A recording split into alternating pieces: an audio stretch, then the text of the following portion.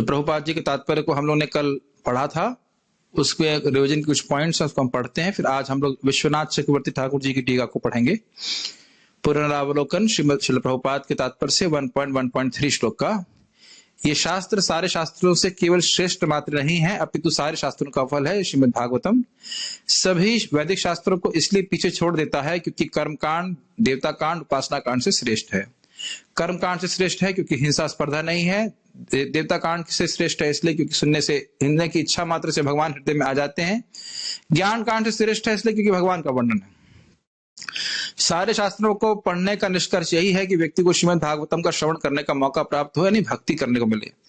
दशम स्कंद को पढ़ने के लिए मना नहीं किया जा रहा है, लेकिन भगवान के तत्व को समझना होगा धैर्य के साथ।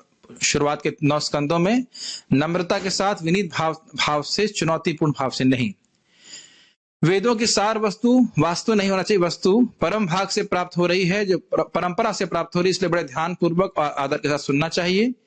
वेदों का सबसे गुह्य भाग हरे कृष्ण मंत्र का उच्चारण है। इसके बराबर और इससे श्रेष्ठ कोई उपाय आपको वेदों में नहीं मिलेगा, ढूंढने की जरूरत भी नहीं है। यह भी नहीं है कि देखिए ब्रह्मा जी ने बोल दिया कि इससे श्रेष्ठ उपाय नहीं, तो आप ढूंढने चलें। समझ रहे हैं? अच्छा, ब्रह्मा जी ने कहा है कि वेद से श्रेष्ठ, वेद में हरि नाम से श्रेष्ठ कोई उपाय नहीं, मैं इसे ढूंढ के निकालूंगा ना, वो भी नहीं। ब्रह्मा जी ने बोल दिया, उसको स्वीकार कर ले और हरे कृष्ण मंत्र करें। वेदों की तुलना कल्पवृक्ष से की गई है। धर्म, अर्थ, काम, मोक्ष कैसे प्राप्त हो, यह वेद वर्णित करता है। वेदों में सांसारिक आवश्यकताओं जैसे धर्म, अर्थ, काम के साथ आध्यात्मिक साक्षात्कार जैसे मोक्ष का भी वर्णन हुआ है। इसे व्याख्या कर चुका हूं, इसलिए खाली पढ़ रहा हूं। किसी की फाइल मिली भी है? सब लोग देख रहे हैं एक दूसरे का चेहरा। मिल गई ना? मिल गया। नियामक ज्ञान का मतलब हुआ वह ज्ञान जिसके द्वारा व्यक्ति जीवन में कोई नियम पालन करे। नियम पालन से व्यक्ति धीरे धीरे आध्यात्मिक स्तर पर उठता है। ये बहुत महत्वपूर्ण बात है। ऐसा नहीं तो भाई विजय प्रभु कल से आपको राग भक्ति करनी है, ऐसा इंजेक्शन नहीं लगा सकते। समझ रहे हैं? कल आप भाई बहुत हो गया, ये साधना भक्ति बहुत हो गई, अब चलो अब बहुत हो गया, 4 महीना हो गया ना, न्यू डिवोटी प्रोग्राम हो गया ना, एनडीपी हो गया, बस ठीक है चलो अब राग करो। ऐसा नहीं होता है। राग किया नहीं जाता है, राग होता है। Does it make sense? राग का इंजेक्शन नहीं लगा सकते कि उससे आप प्रेम करिए, ऐसा जबरदस्ती नहीं कर सकते। जब भगवान श्रवण कीर्तन करते हैं, साधन करते हैं, तो भगवान से सहज रूप से प्रेम होता है। देखिए जितना उत्साह भागवतम को श्रवण करने का आज से 50 साल पहले, 50 साल पहले तो गलत बोल गया, 10 साल पहले था, उससे कहीं अधिक अब है ना। मैं अनुभव कर रहा हूं, जितना पहले भागवतम श्रवण कीर्तन का उत्साह था 10 साल पहले, उससे अधिक अब है। उससे अधिक नाम जप में मतलब आसक्ति है, उससे अधिक भगवान में आसक्ति, कम नहीं हो रही है। और ये करते करते रहने से भगवान में आसक्ति बढ़ रही है। ये समझ रहे आ रहा है कि नहीं आ रहा है? यस। कर्म कांड, ज्ञान कांड करने के बाद समझ में आया कि मैं आत्मा हूं। ये समझना चाहिए कि समझ में कैसे आया। देखिए कर्म कांड किया तो भोग करने की प्राप्त हुए सुविधाएं, बोर हो गए उससे। फिर ज्ञान का अनुशीलन किया। बेसिकली कर्म कांड, ज्ञान कांड कहिए या कहिए कर्म योग, ज्ञान योग, धीरे धीरे करके आत्मा समझ में आता है कि मैं शरीर नहीं हूं, शुद्ध हुआ व्यक्ति। लेकिन सर्वोच्च अनुभूति यह है कि जब वह समझे कि भगवान कृष्ण ही सारे रसों के स्रोत हैं। भगवान श्री कृष्ण से ही सारे रस उद्भूत होते हैं, प्रकट होते हैं। मतलब कृष्ण की सेवा करके मैं सुखी होऊंगा, ये पूर्ण साक्षात्कार है। हम इस जगत में हम वस्तु में रस ढूंढ रहे हैं और यह नहीं समझ पा रहे कि वास्तविक रस भगवान कृष्ण से आ रहा है। वास्तविक रस जो हमको वाकई सुखी करने वाला है। कृष्ण को देखें। और ये कैसे प्राप्त होगा? कृष्ण को देखें, कृष्ण के बारे में श्रवण करें, कृष्ण का प्रसाद ग्रहण करें, कृष्ण से संपर्क करें, कृष्ण की सेवा करें, तब हमको वास्तविक रस प्राप्त होगा। रसराज श्री कृष्ण है, क्योंकि सारे प्रकार के रसों का आदान प्रदान करने में वही एकमात्र समर्थ व्यक्ति है। सर्वोच्च कृष्ण अनुभव यह है कि हम समझें कृष्ण रस के आगार हैं और उनकी सेवा करके ही हमें रस प्राप्त होगा। अर्थात ब्रह्म, परमात्मा इत्यादि वह शुरुआत के अनुभूति हैं, लेकिन सर्वश्रेष्ठ अनुभूति भगवत अनुभूति है और भक्ति के द्वारा प्राप्त होती है। When we serve our senses, we get some pleasure, but that pleasure is called rasa. But that pleasure is called material rasa, not real rasa. वो आध्यात्मिक सुख नहीं है, वो भौतिक सुख है। भौतिक सुख कहिए, भौतिक मन की अनुकूल वृत्ति को हम भौतिक सुख मान लेते हैं। मन उसको तो कुछ समय के लिए अच्छा मानने लगता है तो हम समझते हैं कि बहुत अच्छी वस्तु है। जब हम इंद्रियों की सेवा करते हैं, उसके द्वारा हमें एक विशेष प्रकार का सुख मिलता है जिसको रस कहते हैं। वो रस, प्राकृत स्पेलिंग ठीक नहीं है, प्राकृत का क्या आगे लगेगा हल्का सा सी नीचे वाला, प्राकृत होता है, मतलब भौतिक होता है, क्योंकि कुछ समय के बाद वह गायब हो जाता है। ये अनुभव करते हैं कि नहीं? है कि नहीं? हाँ, जैसा वैसे तो ये भगवान के प्रसाद के ऊपर लागू नहीं होता है, लेकिन खाने की बात करें, जब कस के भूख लगती है तो और कुछ सुझाई नहीं देता है, लेकिन 4-5 रोटी 6 रोटी खाने के बाद फिर अब खाने की और इच्छा नहीं होती और व्यक्ति और नहीं खा सकता है। ये बात है। प्रामाणिक शास्त्रों में 12 प्रकार के रस बताए गए हैं: रौद्र, अद्भुत, श्रृंगार, हास, वीर, दया, दास्य, सख्य, भयानक, विभत्स, शांत और वात्सल्य। ये सब बातों को चर्चा करी गई थी। भगवान कृष्ण को रसिक शेखर इसलिए कहते हैं क्योंकि वे हर प्रकार के रस का आदान प्रदान कर सकते हैं। ठीक है, मूल रूप से रसों का आदान प्रदान भगवान और जीव के बीच में होता है, लेकिन जीव इस जगत में रस का आदान प्रदान ढूंढने का प्रयास कर रहा है। ये सब मैं व्याख्या की जरूरत तो नहीं है ना, सब बस खाली याद कराया जा रहा है कि सब बातें कल हमने पढ़ी थी। आध्यात्मिक जगत में जो शाश्वत भक्त है, उनका भगवान से प्रेम का आदान प्रदान अनादि काल से हो रहा है और अनंत काल तक होता रहेगा। भुंजे सेवा सुख नित्य पारिषद गण, भुंजे सेवा सुख। भगवान के नित्य जो पार्षद हैं वह आध्यात्मिक जगत में नित्य ही भगवान की सेवा का सुख भोग रहे हैं, और नित्य बद्ध जीव भोगे नरक आदि दुख। यहाँ पे जगत में जीव हैं वो नित्य रूप से बद्ध हैं और नरक आदि दुख भोग रहे हैं। ये सब चैतन्य चरितामृत के वचन है। जिन रसों को हम यहाँ पे ढूंढ रहे हैं वो बाद में विकृत हो जाते हैं, खट्टे हो जाते हैं। खट्टा मतलब शुरुआत में बड़ा मीठा लगता है, बाद में अच्छा नहीं लगता, उसकी व्याख्या भी करी गई थी। उसी रस को अगर भगवान में खोजेंगे तो वहां हमको सच्चा रस प्राप्त होगा, अर्थात दास्य, साख्य, वात्सल्य, जो कुछ भी हम इस जगत में ढूंढने का प्रयास कर रहे हैं, अगर उसको वास्तविक रूप से भगवान में खोजेंगे, भगवान में पाएंगे, तो हम वास्तविक रूप से उसको वहां पे पाएंगे और सुखी होंगे। भौतिक जगत में कोई भी रस विकृत इसलिए होता है क्योंकि वस्तुतः लोग इंद्रिय तृप्ति को ही केंद्र में रखते हैं। अगर ये बात समझ में आ जाएगी तो भौतिक संबंधों में अपनी शक्ति निवेशित करना हम छोड़ देंगे और भगवान के भक्तों के संग में शक्ति लगाने का प्रयास करेंगे। संग में शक्ति लगाने का प्रयास करेंगे मतलब संग में अपनी शक्ति को, अपने समय को निवेशित करेंगे, इन्वेस्ट करेंगे। और यह तो व्यक्ति जब भक्तों के संग में आता है तब समझ में आता है कि भौतिक संबंधों को पालने से मुझे लाभ क्या प्राप्त हुआ। समझ आए? शुरुआत में लोगों को समझ में नहीं आता, लगता है कि हमारे जो भौतिकतावादी रिश्तेदार हैं वो हमको बहुत प्रेम करते हैं। वो प्रेम नहीं करते हैं जब तक आप उनकी इंद्रिय तृप्ति दे रहे हैं तब तक, और देने के बाद भी वह संतुष्ट नहीं होते। इसकी व्याख्या की आवश्यकता नहीं। कितना भी आप सेवा कर लें, यही कहेंगे तुमने हमारे लिए क्या किया है कि नहीं? और जितना आप भक्ति का ज्ञान, भक्ति दूसरों को देंगे, कालांतर में समय होने के बाद, शुरुआत में वो भले अनुभव ना कर पाए लेकिन कालांतर में अनुभव करेंगे। इससे बड़ा उपकार एक प्रभु जी या माता जी ने मुझ पर किया, मतलब जो भी व्यक्ति हमको भक्ति में लेके आया, इससे बड़ा उपकार मुझे जीवन में किसी ने नहीं किया। समझ रहे? और इससे बड़ा उपकार आप किसी पे कर सकते भी नहीं हो। भौतिकतावादी लोग कभी किसी से कोई प्रेम नहीं करते, वे प्रेम केवल अपनी इंद्रिय तृप्ति से करते हैं। नहीं प्रभु जी, ये तो आप गलत कह रहे हैं। कुछ लोग कह सकते हैं कि पत्नी बहुत प्रेम करती है, 2 महीना आप सैलरी मत दीजिए।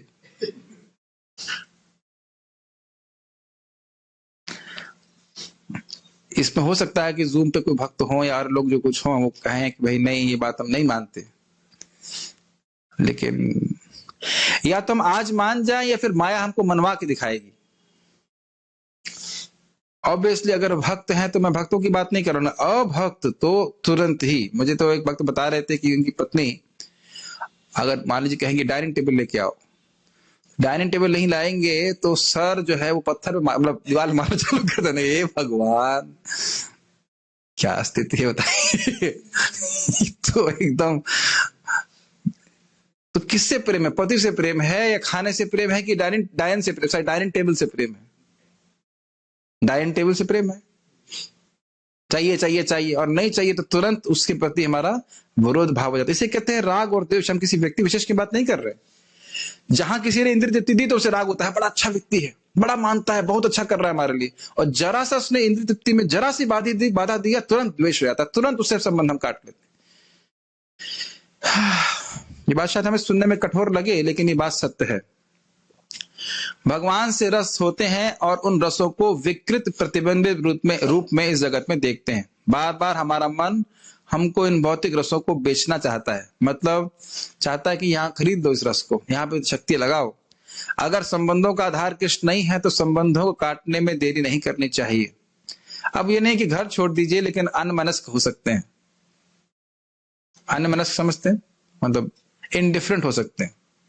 हर व्यक्ति घर नहीं छोड़ सकता, ना छोड़ने के लिए बोला जा रहा है, लेकिन अगर घर वाले भक्ति नहीं करने दे रहे तो कम से कम इनडिफरेंट तो हो सकते हैं। जिस सुख को पाने के लिए हम लालायित हैं वो सुख हमको श्रीमद् भागवतम देने वाली है। भागवत में जो लीलाएं हैं उनका श्रवण करके भक्तों को वही सुख मिलता है जो भक्तों को लीला में प्रवेश होने पे मिलता है। इसकी व्याख्या करी गई थी महाराज कुलशेखर की, कूर्म ब्राह्मण की इत्यादि। प्रभुपाद बहुत सुंदर अनुवाद करते हैं कि जिस सुख की इच्छा जीव कर रहा है उसको पूर्णामृत स्वादनम, पूर्ण अमृत का, पूर्ण आनंद का सागर है, उसको देने वाला है हरे कृष्ण मंत्र हरिनाम। परंपरा में भागवत समझनी चाहिए, ये सीखा था। सुखदेव गोस्वामी को तोता इसलिए नहीं कह रहे कि जो सुना उसे बोल दिया, अपितु उसका स्वादन किया और ऐसे बोला कि सभी को अच्छा लगे। यह पक्व फल कृष्ण लोक से ऊपर से नहीं गिरा, अपितु गुरु शिष्य परंपरा की श्रृंखला से होता हुआ आया है, इसलिए पूर्ण रूपेण हमको प्राप्त है। अब हम लोग चक्रवर्ती पाद की टीका को देखेंगे। मेरे पीछे बोलिए, मेरे साथ में बोल सकते हैं। निगम कल्पतरोर गलितम फलम शुक मुखाद अमृत द्रव संयुतम पिबत भागवतम रसमालयम मुहुरहो रसिका भुवि भावुकाः। निगम कल्पतरोर गलितम फलम सुख मुखाद अमृत द्रव संयुतम पिबत भागवतम रसमालयम मुहुरहो रसिका भुवि भावुकाः। निगम कल्पतरोर गलितम फलम सुख मुखाद अमृत द्रव संयुतम पिबत भागवतम रसमालयम मुहुरहो रसिका भुवि भावुकाः। अनुवाद। हे विज्ञ एवं भावुक जनों, वैदिक साहित्य रूपी कल्प वृक्ष के इस पक्व फल श्रीमद् भागवतम को जरा चखो तो। यह श्री सुखदेव गोस्वामी के मुख से निश्चित हुआ है, अतएव यह और भी अधिक रुचिकर हो गया है। यद्यपि इसका अमृत रस मुक्त जीवों समेत समस्त जनों के लिए पहले से आस्वाद्य था। सारार्थ दर्शनी टीका। श्रीमद् भागवत के पिछले श्लोक में श्रीमद् भागवत के द्वारा भगवान को हृदय में ग्रस्त करा देने के ऐश्वर्य का वर्णन हुआ। मतलब श्रीमद् भागवतम को श्रवण करने की इच्छा से ही भगवान हृदय में आ जाता है। इससे भगवान श्री भागवत की अद्भुत शक्ति का वर्णन हुआ। अब इस श्लोक में श्रीमद् भागवतम के माधुर्य का वर्णन हो रहा है। कितनी मधुर है श्रीमद् भागवतम। तो कुछ बातें आपको श्रीधर स्वामी की टीका से मिलेंगी, काफी बातें मिलेंगी, और उसके अलावा कुछ और विस्तार भी प्राप्त होगा। जो विस्तार है उसकी व्याख्या मैं करूंगा। निगम का अर्थ है वेद। वेद कल्पतरु हैं क्योंकि स्वाभाविक रूप से यह धर्म, अर्थ, काम और मोक्ष रूपी पुरुषार्थों को देने वाले हैं उस व्यक्ति की को जो इनकी इच्छा लेकर वेदों की शरण लेता है। समझ में आता है? कल्पतरु का मतलब समझ रहे हैं ना? जो व्यक्ति जिस इच्छा को लेकर के, आपके पास फाइल नहीं है, आपका फोन में डेटा बचाना चाहते हैं? हाँ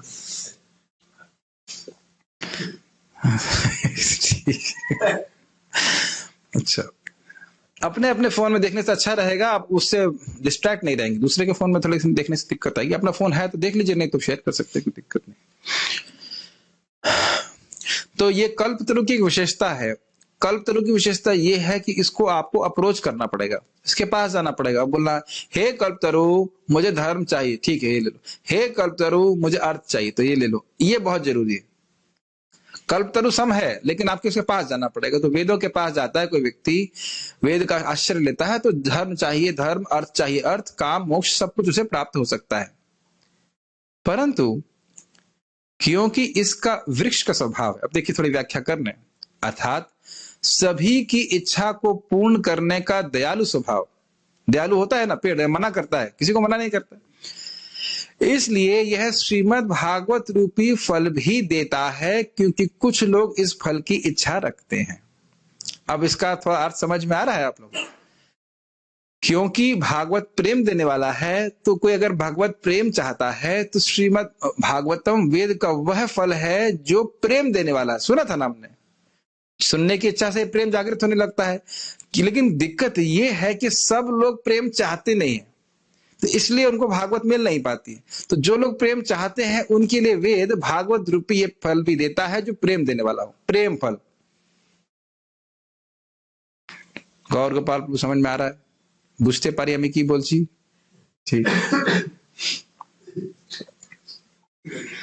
Bengali translation, then you understand better. Bhagavat, ये लाइन समझ में आ रहा है आप लोग को? बहुत रस में है अगर आप विचार करें, थोड़ा थोड़ा विचार करेंगे ना इन अर्थों पे, तो बहुत सुख मिलता है। सब लोग प्रेम नहीं चाहते हैं, तो जो प्रेम चाहता है उसके लिए भी दे रहा है। तो मांग ही नहीं रहा है भाई, कोई प्रेम मांग ही नहीं रहा है तो प्रेम दिया कैसे जाए? कल्प तरु के संग दिक्कत यह है कि मांगोगे तो दूंगा, तो जब कोई किसी को पता ही नहीं कि प्रेम मांगना चाहिए तो मांगते ही रहिए, मैक्सिमम मोक्ष की बात करते। Make sense? भागवत अर्थात जिसके स्वामी भगवान हैं, अर्थात वे भगवान ही इस शास्त्र को अपने भक्तों को देते हैं और भक्तों के अलावा और किसी का इस पर अधिकार नहीं है। आपको याद हो कि प्रथम अध्याय के प्रथम श्लोक में व्याख्या हुई थी कि श्रीमद् भागवतम मोहिनी अवतार की तरह, और जिस प्रकार से मोहिनी अवतार ने असुरों को दिया क्या? कुछ भी नहीं दिया, और भक्तों को दिया अमृत। इसी प्रकार से भगवान भागवत से अभिन्न है, भागवत भगवान से अभिन्न है। श्रीमद् भागवतम भगवान का ही वांग्मय लिटरेरी बुक फॉर्म है। तो इस कारण से जो भक्त हैं, जो भक्ति किए हैं, उनको ही ये श्रीमद् भागवतम सुख देती है, उनको अच्छा लगता है। क्वेश्चन लास्ट में, गलितम अर्थात वृक्ष की शाखा पर स्वयं एव ही परिपक्व होकर ये नीचे आया है, अर्थात बलात् इसको नहीं लाया गया। इसका समझ रहे हैं अर्थ? आपने सुना है एक कहावत, सहज पके सो मीठा होए, सुने? और जानते हैं इसको कि आम को अगर आप पेड़ पे पकने दें, नेचुरल ऑर्गेनिक ऑर्गेनिक आम होता है तो वो बहुत मीठा होता है। ये हम लोग थ्योरी में जानते हैं भी, क्योंकि वास्तविक रूप से तो ऑर्गेनिक मिलता नहीं। सामान्यतः क्या करते हैं, कच्चे आम को तोड़ करके उसमें कार्बाइड ना क्या मिला करके उसको पका देते, तो कड़वापन रहता है उसमें।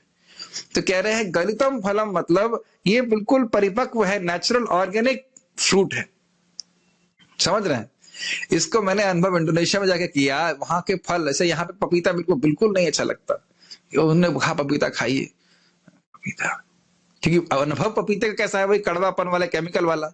वहां पपीता खाए तो लग रहा आम जैसा एकदम मीठा, क्योंकि वहां पे कोई फैक्ट्री नहीं है केमिकल की, कोई है ही नहीं, फैक्ट्री अलाउड ही नहीं है, सब कुछ नेचुरल ऑर्गेनिक। तो अच्छा, तो आप लिए, मैं इंडोनेशिया जाने का आपको एडवर्टाइजमेंट नहीं दे रहा हूं, मैं खाली एग्जांपल दे रहा हूं कि ऑर्गेनिक चीजें बड़ी मीठी हैं। तो उसी प्रकार से परिपक्व गला हुआ फल है ये, और मतलब इसमें कोई ऐसा नहीं कि अपरिपक्व अवस्था में लेके आया गया, पूरी तरह परिपक्व फल है, इसलिए बहुत मीठा है, इस कारण से मधुरता से परिपूर्ण है। तो ये आप देख रहे हैं कुछ एडिशंस हैं, श्रीधर स्वामी की टीका के ऊपर भी कुछ उन्हें एडिशन किया है। वृक्ष की ऊंची शाखा से गिरने के बाद भी यह फट नहीं गया है और ना ही इसने अपने रस को खोया। इसकी व्याख्या तो हम लोग सुने थे, परंपरा में हमें प्राप्त हुआ है एक दूसरे से। ऐसा इसलिए है क्योंकि सर्वोपरि स्थान भगवान नारायण से ये ब्रह्मा जी रूपी शाखा पर आया, फिर नारद जी रूपी शाखा पर आया, और फिर शीला व्यासदेव रूपी शाखा, और अंततोगत्वा शीला शुकदेव के मुख में आया। ये समझ में आया आपको? तो कई दिन से व्याख्या कर रहा हूं, समझ में आएगा। इसलिए बिना क्षति के यह तरल मधु के समान मधुरता से युक्त है। अमृत द्रव संयुतम शब्द याद आ रहा है? कहां के श्लोक में है ये? इसी श्लोक में है ना? ठीक है। अमृत द्रव संयुतम, अमृत द्रव जैसे मधु अत्यंत मीठा होता है, उसी प्रकार से बोला, तरल मधु के हिसाब से समान है। शुक रूपी तोते ने अपनी चोंच से अमृत को बाहर लाने के लिए इसमें द्वार बनाया। अब देखिए थोड़ा और उसको एक्सपैंड कर रहे हैं कि जैसे एक फल है, अब अगर केवल फल समझा जाए तो फल के अंदर रस होता है, ऐसे बोल रहे हैं। तो तोते ने ऐसे अपनी चोंच से इसमें छेद किया है और फिर रस बाहर निकल रहा है। ऐसे ये रस स्वरूप है। आप समझ रहे हैं ना? भागवत को दो तरह से बोला गया, ये रस है और फल है। तो अगर केवल फल अर्थ लिया जाए तो फल को चोंच मारी तो उससे रस बाहर निकल रहा है, उसको सब लोग पी रहे हैं।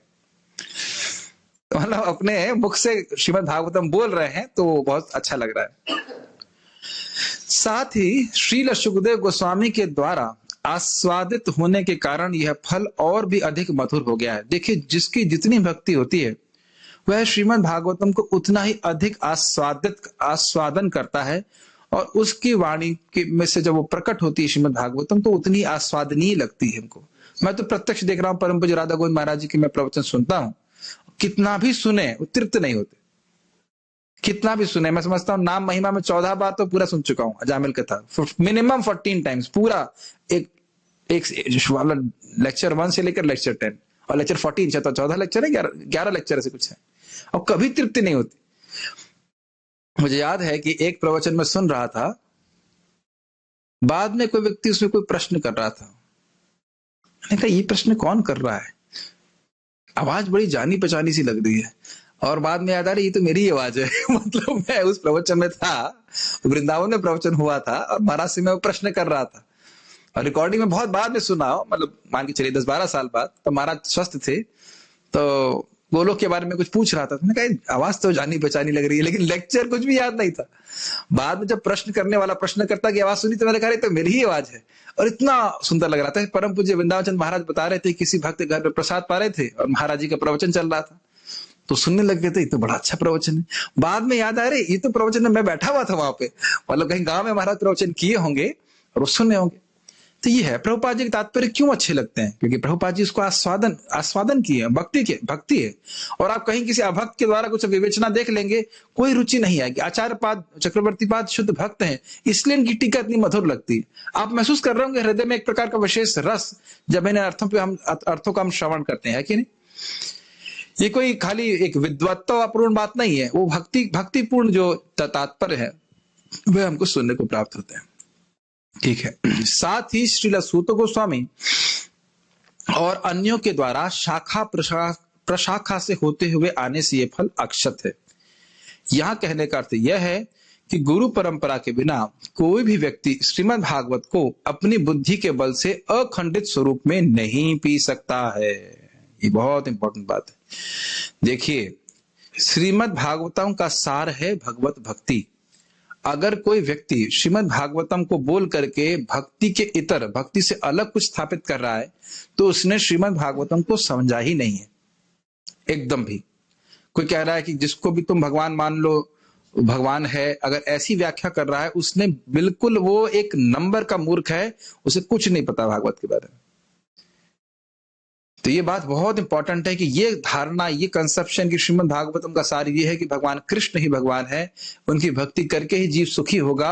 ये सब बातें बोलते हैं तब तो हम भागवत समझ रहे हैं, और नहीं तो बिल्कुल भागवत नहीं समझ रहे। मैं बोल चुका हूं पहले, इसलिए रिपीट नहीं करूंगा। कैसे लोग कई भागवत कथा करने के बाद भी संदेह में रहते हैं कि भगवान कौन है। तो कारण यही है कि जो वक्ता है उसको खुद को नहीं पता है कि वो भगवान कौन है, वस्तुतः से कोई विश्वास भी नहीं। आप समझ पाएंगे इस बात को। महाराज जी से आज सुन रहा था मैं कि कुछ लोग शोध करते हैं कृष्ण के विषय में, कृष्ण ऐतिहासिक पुरुष थे कि नहीं थे, और उनका भगवान कृष्ण पे कोई विश्वास नहीं है। वो केवल अंक प्राप्त करने के लिए रिसर्च करते। आप समझ पा रहे हैं किस प्रकार से लोग भागवतम का भी अध्ययन कर सकते हैं, लेकिन उनका भागवतम पे कोई श्रद्धा नहीं होती। भगवत गीता पढ़ सकते हैं, लेकिन भगवत गीता में कोई श्रद्धा नहीं होती। मैं समझा पा रहा हूं मैं क्या कहना चाहता हूं। वो स्कॉलरली लिख रहे हैं, उनको कोई विश्वास नहीं है इसके ऊपर। मैं समझता हूं कि गीत गोविंद आदि भी संस्कृत में पढ़ाया जाता है, पढ़ाते हैं वहां पे, एमए वगैरह पढ़ाते हैं, लेकिन इसका अर्थ यह नहीं है कि जो वहां पे पढ़ाया जा रहा है वो गीत गोविंद को वाकई समझ पा रहे हैं। नहीं समझ पा रहे ना। मुझे एक डिवोटी बता रहे थे कि वो अच्छे मैथ संस्कृत पढ़े हुए, कह रहे प्रभु जी हमने ईशो उपनिषद खूब पढ़ लिया था, पी गए थे ईशो उपनिषद, लेकिन समझ में नहीं आता कि ईश है कौन, वो किसका उपनिषद है, कौन भगवान है, वो नहीं समझ में आ रहा। ये तो जब प्रभुपाद जी का ईशो उपनिषद पढ़ा तब समझ में आया कि कृष्ण भगवान है, कृष्ण के बारे में बात हो रही। ठीक है। तो परंपरा पे ही शास्त्र को पढ़ना चाहिए। तब प्रश्न बनेगा तो इस फल को कैसे ग्रहण करना चाहिए। तो इस पर कह रहे हैं कि इसे पीना चाहिए। ये तो हम पहले भी पढ़ चुके थे, क्योंकि यह फल रस स्वरूप ही है, अर्थात इसमें छिलका, बीज और हे अंश नहीं है। हे मतलब निकृष्ट, जिसे खाया ना जा सके, जिसे ग्रहण ना किया जा सके। ये तो बात आप समझते ही। अब जरा इंटरेस्टिंग है, लय का अर्थ है मुक्ति या सालोक्य, सार्ष्टि, सामीप्य और सारूप आदि मुक्ति की स्थिति। कुछ भक्तों को इन शब्दों का अर्थ नहीं पता होगा, तो मैं व्याख्या कर रहा हूं। सालोक्य मतलब भगवान के संग उनके लोक में, वैकुंठ में रहना। सार्ष्टि मतलब भगवान के ही समान ऐश्वर्य की प्राप्ति करना। सामीप्य मतलब भगवान के एकदम निकट रहना, और सारूप्य मतलब उन्हीं के समान रूप, उन्हीं जैसा रूप मिल जाता है। भगवान कितने महान है, सोचिए।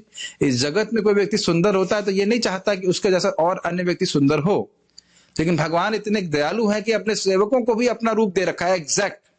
जब बृहत भागवतामृत में वर्णन है कि जब गोप कुमार वैकुंठ जाते हैं तो वैकुंठ के पार्षदों को दिखकर सोचते हैं, अरे यही कृष्ण है, यही भगवान है। तो कहते हैं, अरे देवन उनकी स्तुति करना शुरू कर देते हैं। तो वो कहते हैं, ना ना ना ना, अपना कान बंद कर लेते, नहीं हम भगवान के दास हैं, हम भगवान नहीं है। भगवान कितने उदार हैं, अपना सुंदर स्वरूप जो है वो अपने पार्षदों को देख रखा हुआ है। ये स्थिति है। तो यानी मुक्ति पर्यंत भागवत को सुने। तो आलय का अर्थ होगा कि यह फल उन मुक्तियों के परे भी स्थित होता है, क्योंकि भागवतम भगवान की लीला गान के लिए प्रसिद्ध है। अर्थात भगवान के धाम जाकर भी भगवान की लीला का गुणगान होता है। हमने सुना ही ना कि भागवत वैकुंठ से आया है। तारांकुर हमने सुना था 1.1 में कि इसका जन्म आध्यात्मिक जगत में हुआ है। इसका आविर्भाव कह सकते हैं या प्रकटीकरण, भागवत का उद्गम स्थान जो है वो वैकुंठ है, आध्यात्मिक जगत है। समझ रहे ना मेरी बात। वहां पे भी तीसरे स्कंद में आप पढ़ेंगे भागवतम में कि भगवान के धाम में जो भौरे हैं, भौरे समझते हैं, भौरे भौरा बम्बल भी तो नहीं कर रहे हो, वस्तुतः वहां पे कृष्ण की कीर्ति का गुणगान कर रहे हैं। और जब भौरे गाना शुरू करते हैं तो कोयल चुप हो जाती सुनने के लिए। हाँ अच्छा, जो कर रहे हैं वो केवल कृष्ण का गुणगान कर रहे हैं, भौरे भी गा रहे हैं कृष्ण की कथा। क्या है वो? वृंदावन तरुर लता प्रेमे बोले हरि कथा। कोई भजन भक्त कौन लिखे हैं याद नहीं आ रहा। वृंदावन तरुर लता प्रेमेर बोले हरि कथा, ऐसे करके बोल रहे। वृंदावन के तरुर लता भी प्रेम में कृष्ण कथा, हरि कथा बोल रहे। और ऐसे चैतन्य महाप्रभु भी जब चैतन्य चरितामृत में पढ़ते हैं, वृंदावन आते हैं तो वहां पे एक तोता और तोती, तोता कृष्ण का गुणगान कर रहा है और तोती श्रीमती राधा रानी का गुणगान कर रही है। बहुत सुंदर है। शुक सारी इत्यादि, शुक मतलब तोता, सारी मतलब तोती। सब बातें लोगों को ऊपर से लग रही होंगी, क्या बातें कह रहे हैं, तोता बोलेगा कृष्ण कथा, ऐसा कैसे हो सकता है। लेकिन आप जानते हो कि वहां केवल तोते का स्वरूप लिए हैं, वो सब व्यक्ति हैं, भगवान के पार्षद हैं। एक छोटा सा पास टाइम याद आ रहा है कि प्रहलाद महाराज कैसे जन्म लिए थे। हिरण्यकशिपु तपस्या करने गया था। मैं खाली बोल रहा हूं कि पक्षी भी कृष्ण कथा कर सकते हैं। तो जब वो तपस्या करने गया तो लोग सोच रहे थे, अरे तपस्या करने गया है तो बहुत शक्तिशाली हो जाएगा।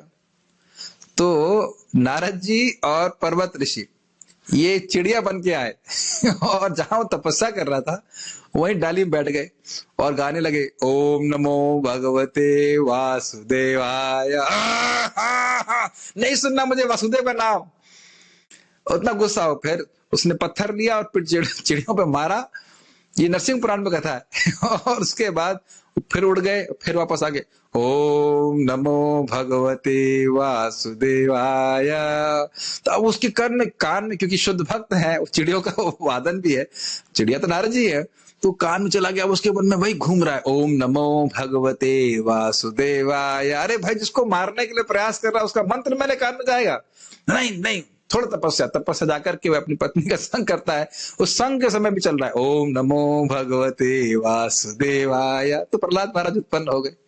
इस प्रकार से मैं खाली एक विनोद बात बोल रहा हूं कि चिड़िया, आध्यात्मिक जगत की चिड़िया भी भक्त हैं और भगवान का गुणगान करते रहते हैं। तो यहाँ पे ऐसा नहीं सोचना चाहिए कि वैकुंठ जितनी तपस्या करनी भगवान यहाँ करा लीजिए, जितनी कथा सुनवानी है सुनवा लीजिए, हम वहां जाकर कुछ नहीं सुनना चाहते हैं, ऐसा नहीं है।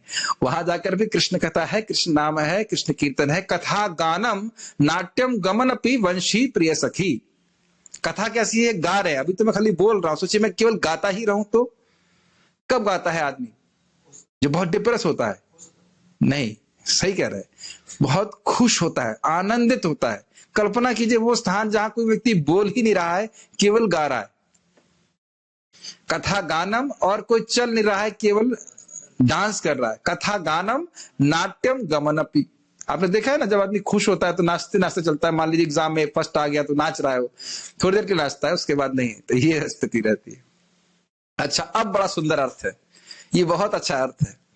या लय का अर्थ होगा 8 प्रकार के अष्ट सात्विक विकार, जैसे प्रलय अर्थात बेहोश हो जाना। अष्ट सात्विक विकार होते हैं, कैसे होते हैं? जब भगवान का प्रेम हृदय में जागृत हो जाता है और वह प्रेम हमारे प्राण से मिलता है तो विकार हमारे शरीर में आते हैं। विज्ञान समझ रहे हैं? जैसे अभी हमारे हृदय में काम उत्पन्न होता है, तो काम भोग इच्छा जो हमारे प्राण से मिलती है, तो हमारे शरीर में विकार आते हैं, ट्रांसफॉर्मेशन आ जाते हैं।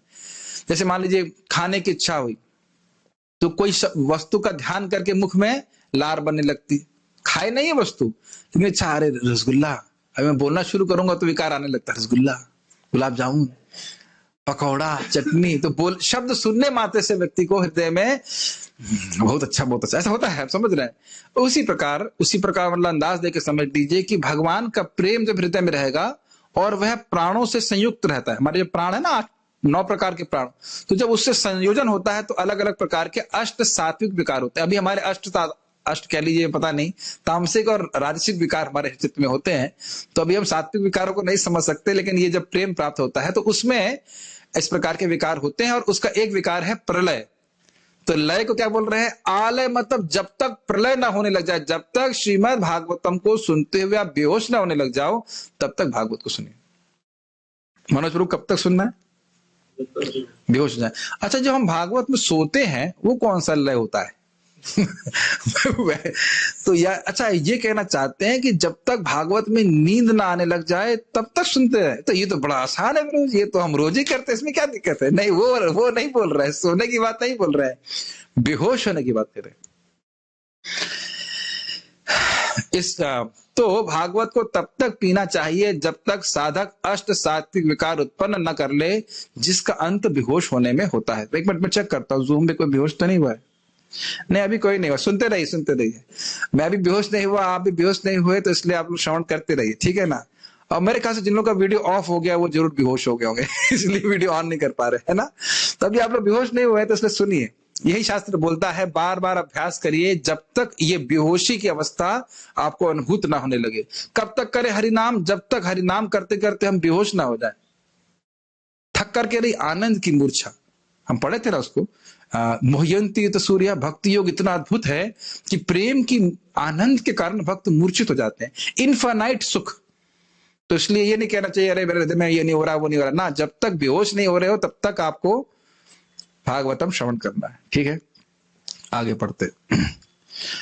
अब बड़ा विरोध बोल करते हैं आचार्य, कहते हैं यद्यपि मूर्छित होने पर व्यक्ति श्रीमद् भागवत के रस को नहीं पी पाएगा, बेहोश हो जाएगा तो नहीं सुन पाएगा, परंतु जब मूर्छा टूटे और चेतना वापस आए तो फिर से इसे पीना चाहिए जब तक फिर से मूर्छा ना आ जाए। कितना सुंदर है ना भाई। अच्छा, आप कह रहे हो बेहोश होने तक भागवत सुननी चाहिए, ठीक है, मान गए, लेकिन जब बेहोश हो जाऊंगा तो सुन नहीं पाऊंगा, तो कह रहे हाँ, तो जब मूर्छा जब टूटे, जब आप बाह्य चेतना में आए, फिर सुनिए और फिर बेहोश हो जाइए। तो यानी भागवतम को पुनः पुनः सुनिए, इसको त्यागने का कोई प्रश्न नहीं बनता है।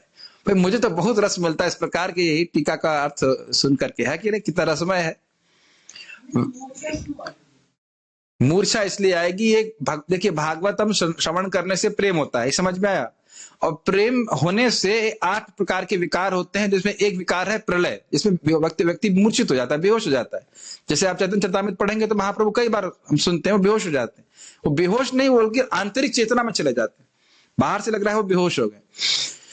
जैसे कि आप देखिए ना, जब महाप्रभु पहली बार जगन्नाथ जी का दर्शन करते हैं तो एकदम पास जाकर दौड़ते हैं, उसके बाद बेहोश हो जाते हैं। तो ये स्थिति है। ऐसे ही बहुत बार देवानंद पंडित भागवत कर रहे थे और शिवाज ठाकुर उसको श्रवण करके बेहोश हो जाते हैं। वो प्रेम के कारण ऐसा होता है। हमने बताया था आप लोगों को इससे पहले, पुंडरीक विद्यानिधि महान भक्त है, वो वृषभानु जी के अवतार हैं गौरलीला में, यानी कि राधा रानी के पिताजी। तो वो भी इसी प्रकार से बाह्य रूप से बड़े भौतिक भोगी लग रहे थे, लेकिन जैसे ही मुकुंद दत्त वो कुछ भागवत के 2 श्लोक बोलते हैं भगवान कृष्ण की कृपा के संबंध में, उनके रूप के संबंध में, तुरंत वह बिल्कुल सब कपड़ा फाड़ना चालू कर देते हैं, सब कुछ करने लग गए। इस प्रकार से जितना साजो सामान था फेंक देते हैं उसको, और फिर वो मूर्छित हो जाते हैं। क्या ये सब होने लगेगा हमारे साथ में? I want to be a sober person. Well, आप काफी लेट हो चुके हैं।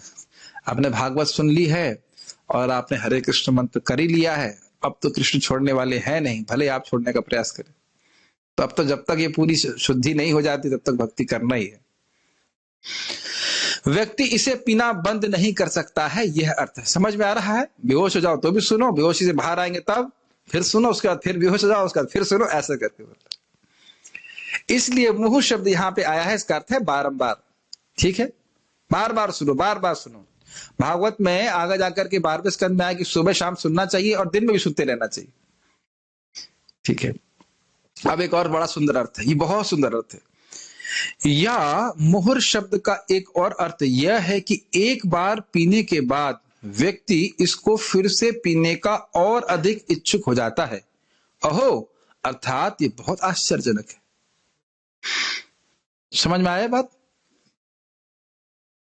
मतलब जैसे कोई अच्छी वस्तु है, जो रसमय वस्तु है, मान लीजिए कोई भी खाद्य पदार्थ है, उसको आप खाते हैं और अगर भूख रहती है तो क्या एक ही बार खाते हैं? इसमें भी चुप, कुछ पता ही नहीं है आप लोगों को, बुद्धू है क्या? कहीं तो इतना बोल नहीं सकते क्लास में? नहीं प्रभु जी के आगे हम जबान नहीं खोल सकते, ऐसा थोड़ा है। पूछ रहा हूं तो आपका गला बैठा है, बाकी लोगों का दिमाग बैठा हुआ है। इतना नहीं समझ में आता है? रसगुल्ला खाते हो तो एक ही रसगुल्ले में संतुष्ट होते हैं? नहीं, बांध के रख लेते हैं कि भाई पेट भर गया, दोबारा जब पेट में खाली होगा तो फिर उसका आस्वादन करेंगे। होता है कि नहीं होता है? तो यही बात कह रहे हैं, भागवत इतनी रसमय है कि एक बार सुन के तृप्ति नहीं होती। वयम तू ना वितृप्याम, हम आगे सुनने वाले हैं। कान तो भरता है नहीं कि भाई पेट कितने भर गया, अभी कान में जगह नहीं, ऐसा तो है नहीं, आकाश स्वरूप है कान। तो कह रहे हैं कि कितना आश्चर्यजनक है, ये अद्भुत बात है। जितना श्रीमद् भागवतम का पढ़ेंगे, श्रवण करेंगे, उतना और इसके श्रवण की लिप्सा, इच्छा आपकी और बढ़ जाएगी। कभी कभी लोग कहते हैं भागवत में मन नहीं लगता है। अरे तो भाई नहीं पढ़ने से मन नहीं लगेगा, पढ़ेंगे, श्रवण करेंगे, तब आपकी इच्छा होगी कि मैं और पढ़ूं, मैं और श्रवण करूं। Make sense? यही अपने आप में फल है, यही अपने आप में साध्य है। समझ रहे ना मेरी बात? रसिक अर्थात रस, ये अहो शब्द से ये कह रहे हैं कितना आश्चर्यजनक वस्तु है। और जगत में आप कोई किताब पढ़िए, भौतिक किताब, पढ़ गया बस हो गया, बस सब जानते हैं। होता है कि नहीं? आप जानते ही हो कि जब हम लोग 8वीं पढ़ लेते हैं तो क्या करते हैं किताबों का? जानते हैं सब लोग, फेंक देते हैं उसको, है कि नहीं? करते ही सब लोग। 9वीं में आने के बाद क्या करते हैं? जब फाइनल एग्जाम हो जाता है तब फेंक देते हैं, और 10वीं के बाद भी फेंक देते हैं। लेकिन भागवतम कभी त्याज्य नहीं है, मुक्ति पर्यंत भी त्याज्य नहीं। और बल्कि जितना हम आगे और भक्ति में प्रगति करेंगे, उतना ही ये श्लोक, ये सब जितने भी भागवत के श्लोक हैं, वो बहुत आसादनी लगते हैं।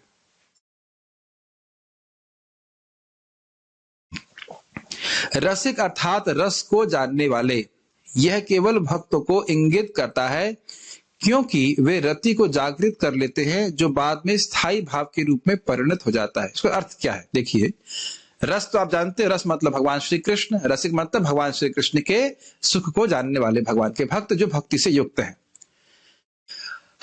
रति का मतलब होता है भाव का स्तर।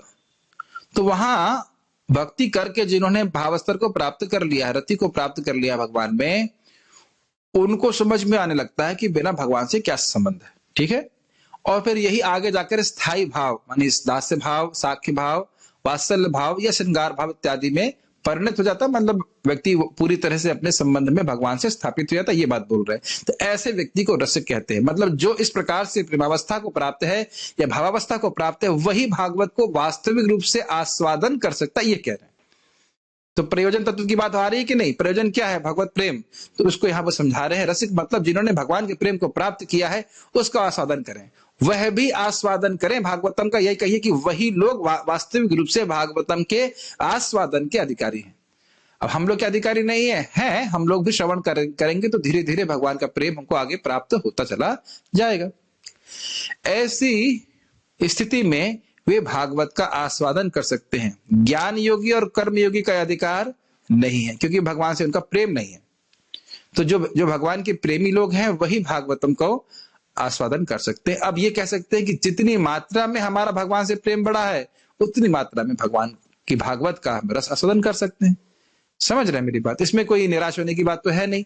जितना आपका भगवान भक्ति बढ़ी है, उतना अच्छा लगेगा, फिर और आगे भक्ति बढ़ेगी तो और अच्छा लगेगा। एक बात जरूर ध्यान रखना चाहिए, जब आप भूखे हैं तो दाएं बाएं देखते हैं जब खाना खाते हैं? क्यों लला? मैं नाम भूल गया, का नाम क्या है? पार्थ। अरे एक पार्थ तो गया, एक पार्थ है हमारे पास। ठीक है, गुड। वो पार्थ भी आने वाले हैं, कल आने वाले हैं, परसों। तो पार्थ ये बताइए, जब आपको कस के भूख लगती है, तो जब प्रसादम की प्लेट सामने आती तो लेफ्ट राइट देखते हैं कि कोई खा रहा है, कोई नहीं खा रहा है? पार्थ तो नया डिवोटी है, शायद इसलिए नहीं देखता होगा। आप लोग सीनियर डिवोटीज देखते हैं? आप देखते हो पंडित, सॉरी, दीन बंधु प्रभु, दीनों पे बंधु नहीं करते दया लोगों पर, कि बगल वाली को प्लेट मिला है कि नहीं मिला। कहने का मतलब अपना कल्याण जरूर सोच लीजिए। अन्य लोग भागवत में श्रवण कर रहे हैं नहीं कर रहे, उससे हमारा कोई मतलब नहीं। आपको रुचि है, आप श्रवण करने आओ। आप नाम जप करना चाहते हो, हम नाम जप करना चाहते हैं, हमें करना है। दुनिया नहीं करना चाहती, उसे क्या मतलब है? क्योंकि श्रवण इच्छा तो पुण्य बिना तो श्रवण इच्छा न उत्पद्यते इति अर्थ। और जिसकी पुण्य है ही नहीं, वो श्रवण इसकी इच्छा होगी नहीं, तो उसे क्या फर्क पड़ता है? हमने आस्वादन करना है जब तक हम बेहोश ना होने बोले। उद्धव प्रभु बेहोश हो रहे हैं अभी? नहीं। मैं बेहोश हो रहा हूं? नहीं। इसलिए करते रहिए। और जब बेहोश होने लग जाएंगे तब, फिर जब होश आएगा तब क्या करना है? फिर भागवत सुनना है। हे भावुकों, आप ही कुशल हैं और बाकी सब अमांगलिक हैं, यह भाव है। मतलब भावुक का अर्थ हुआ जिनका भगवान के प्रति भाव उत्पन्न हो गया है, प्रेम उत्पन्न हो गया। भावुकः का एक और अर्थ होगा कि जो साक्षात रस स्वरूप भगवान का आस्वादन करते हैं। मतलब रस है भगवान श्री कृष्ण, और जो उनका अनुभव करते हैं, सुख अनुभव करते हैं भगवान का, उनको भावुक कहेंगे। भाव स्तर पे ही व्यक्ति भगवान के रस का अनुभव कर सकता है। क्या बातें सब ऊपर से जा रही हैं, ये समझ में आ रहा है कुछ कुछ? ब्रह्मविद आपनोति परम आदि से प्रारंभ करके तैत्तिरीय उपनिषद अन्नमय पुरुष की सृष्टि का वर्णन करता है। अन्नमय पुरुष, प्राणमय पुरुष, मनोमय पुरुष, विज्ञानमय पुरुष आदि का वर्णन किया गया, जो एक के बाद एक आंतरिक स्वरूप हैं। और अंत में आनंदमय पुरुष का वर्णन हुआ, जिसे ब्रह्म माना गया। ब्रह्म सूत्र के अनुसार आनंदमय अभ्यासात अर्थात आनंदमय, ये भगवान को इंगित करता है, क्योंकि ऐसा कई बार शास्त्र में कहा गया है। पहले पूरा पढ़ूंगा फिर समझाऊंगा। परंतु यह भी कहा गया कि आनंद आत्मा ब्रह्म पुच्छम प्रतिष्ठा, निर्विशेष ब्रह्म उस आनंदमय पुरुष की पूंछ है। तैत्तिरीय उपनिषद अर्थात भगवान इस ब्रह्म की प्रतिष्ठा है। इसके बाद वह उपनिषद कहता है, रसो वैसह रसम ही एवायम लब्ध्वानंदी भवति। भगवान रस है और भगवान का अनुभव प्राप्त करके जीव आनंद को प्राप्त होता है। तो खाली ये कहने का अर्थ ये वो कहना चाहते हैं कि तैत्तिरीय उपनिषद में, मैंने कल इसको देख रहा था तो थोड़ा बहुत हम समझ पा रहे थे इस बात को, कि चेतना के अलग अलग लेवल हैं। अन्नमय पुरुष, मनोमय पुरुष, प्राणमय पुरुष और ज्ञानमय, और उसके बाद विज्ञानमय। तो विज्ञान में जो जीव है वह है जीवात्मा। अपने स्वरूप को व्यक्ति समझ रहा है तो वह सुखी हो रहा है उसमें। लेकिन उससे भी श्रेष्ठ है आनंदमय, और आनंदमय पुरुष हैं भगवान श्री कृष्ण। जब उनसे प्रेम का संबंध समझ आ जाता है तब व्यक्ति वाकई सुखी होता है। ये बात बोल रहे हैं। उसके बाद कह रहे हैं कि भगवान जो है ब्रह्म पुष्प, मतलब जो पुच्छम माने कि जो ब्रह्म ज्योति है, ब्रह्म का अनुभूति है, ब्रह्म का सुख है, वह भगवान के सुख की पूंछ मात्र है। पूंछ समझ रहे हैं, मतलब एक शुरुआत है। उसके बाद उससे आगे और भगवान का सुख है। इसको आपने अन्यत्र भी श्रवण किया है कि जो ब्रह्म का सुख है, मान लीजिए वो एक बूंद के समान है या एक ग्लास के समान है, और भगवान की भक्ति का सुख कितना बड़ा है विजय प्रभु? सबसे ऊंचा नहीं, उदाहरण शायद नहीं याद होगा, सागर के समान है। अगर ब्रह्म सुख आप मान के चले कि एक बूंद के समान है या एक ग्लास के समान मान लीजिए, भक्ति का सुख कैसा है? सागर के समान है। तो ये कह रहे हैं कि ब्रह्म सुख जो है वो शुरुआत है, लेकिन वास्तविक जो सुख है, वो आनंद है, वो भगवान। इतनी बात बोल रहे हैं, इतना सार में समझ लेना चाहिए। भगवान रस रूप में प्रसिद्ध हैं क्योंकि वे रस से पूर्ण हैं। भगवान ही रस हैं, ये कह रहे हैं। भगवान ब्रह्म से श्रेष्ठ हैं क्योंकि वे उस ब्रह्म की प्रतिष्ठा हैं। प्रतिष्ठा है मतलब उसके स्रोत हैं। ब्रह्म ज्योति के स्रोत भगवान श्री कृष्ण है। मैं समझता हूं ये तो सब भक्त लोग जानते होंगे। ब्रह्मेति परमात्मेति भगवान इति शब्द थे। ब्रह्म ज्योति, परमात्मा, और उसके परे भी भगवान श्री कृष्ण। इसकी व्याख्या की मैं यहाँ पे आवश्यकता नहीं समझता। किसी को नहीं पता हो तो हाथ खड़ा कर सकते हैं। You know about it? नहीं पता। जैसे सूर्य देवता विवस्वान, उसके बाद सूर्य का डिस्क गोला, और सूर्य की रोशनी। तो सूर्य की रोशनी जो है वह ब्रह्म ज्योति के समान कही जा रही है, या ब्रह्म ज्योति को सूर्य रोशनी के समान कहा जा रहा है। भगवान श्री कृष्ण गोलोक में रहते हैं, ये पता है आपको पार्थ? तो उनके शरीर से निकलने वाली दिव्य ज्योति को ब्रह्म ज्योति कहा जाता है। और भगवान श्री कृष्ण के विस्तार है, परमात्मा सबके हृदय में रहते हैं, तो उसको उपमा दी जा रही है सूर्य के गोले के समान। ये बात बोल रहा है। तो जो सबसे अधिक आनंद है वह भगवान की अनुभूति के द्वारा होता है, और वह भगवान की अनुभूति भक्ति के द्वारा होती है। ये बात। भगवत गीता कहती है ब्रह्मणो ही प्रतिष्ठाहम, मैं उस ब्रह्म का आधार हूं। भगवत गीता 14.27, इसकी व्याख्या तो वहां पे कर चुके हैं। तो यह श्लोक प्रदर्शित करता है कि भगवान ब्रह्म से श्रेष्ठ है। ये क्लियर हो गया, ब्रह्मानुभूति से भी श्रेष्ठ भगवत अनुभूति है। अब यह श्लोक जो बोल रहे हैं वह दिखाता है कि भगवान सभी रसों के स्रोत है। थोड़ा सा इसमें मतलब सेटिंग नहीं हुआ, श्लोक पूरा नहीं दिख रहा है, श्लोक का एक भाग अंत में, लेकिन फिर भी मेरे संग आप गाने का प्रयास कीजिए, मेरे पीछे गाएंगे तब गा पाएंगे। ये भागवतम के पहले श्लोक की तरह ही गा जा रहा है। विजय प्रभु ध्यान किधर है आपका? इधर ही है, बेहोश तो नहीं हो गए भागवत सुनने में? क्या सोच रहे हैं आप, मतलब ऐसे है नहीं? आओ मलाना, सब पंडित पहले ही बन गए इधर सुनो तो भाई, फिर तो सिर्फ बोल पाएंगे। मल्लानाम शनिर्निर्णाम नरवरः स्त्रीणाम स्मरो मूर्तिमान। कोई माइक पे बोल सकते हैं? माइक पे बोल सकते हैं?